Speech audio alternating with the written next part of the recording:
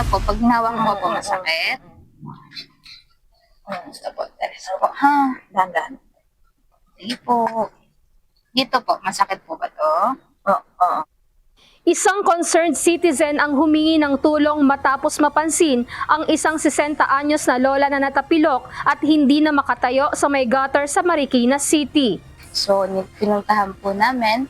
Then, may nakita po kami na isang ginang na nakaluhod. So, paglapit po namin, tinanong po namin kung ano po yung nangyari. Ang sabi po ay natapilok si patient.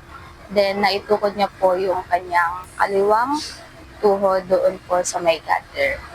Papauwi na sa kailang bahay ang lola nang mangyari ang insidente. Agad sinuri ng team ang kalagayan ng pasyente. Nagtamo ito ng mga gasgas sa kaliwang tuhod at iniinda rin ang matinding pananakit ng kanyang balakang.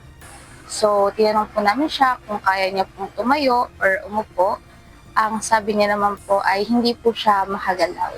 At nag-request na po si patient na ilagay po siya sa stretcher para din po mailagay po doon sa loob ng rescue van and doon na po i-assess.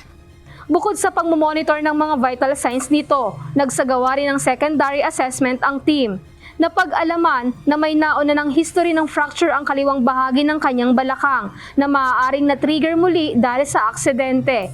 Matapos mabigyan ng paunang lunas, dinala ang pasyente sa Philippine Orthopedic Center upang mabigyan ng kaukulang atensyong medikal. Sa mga nangangailangan ng agarang tulong sa panahon ng aksidente o sakuna, maaaring makipag-ugnayan sa UNTV News and Rescue Hotline 8911-UNTV o 8911-8688. Lizel Nael, UNTV News and Rescue. Diyos ang aming sandigan, serbisyo publiko ang aming pinahahalagahan.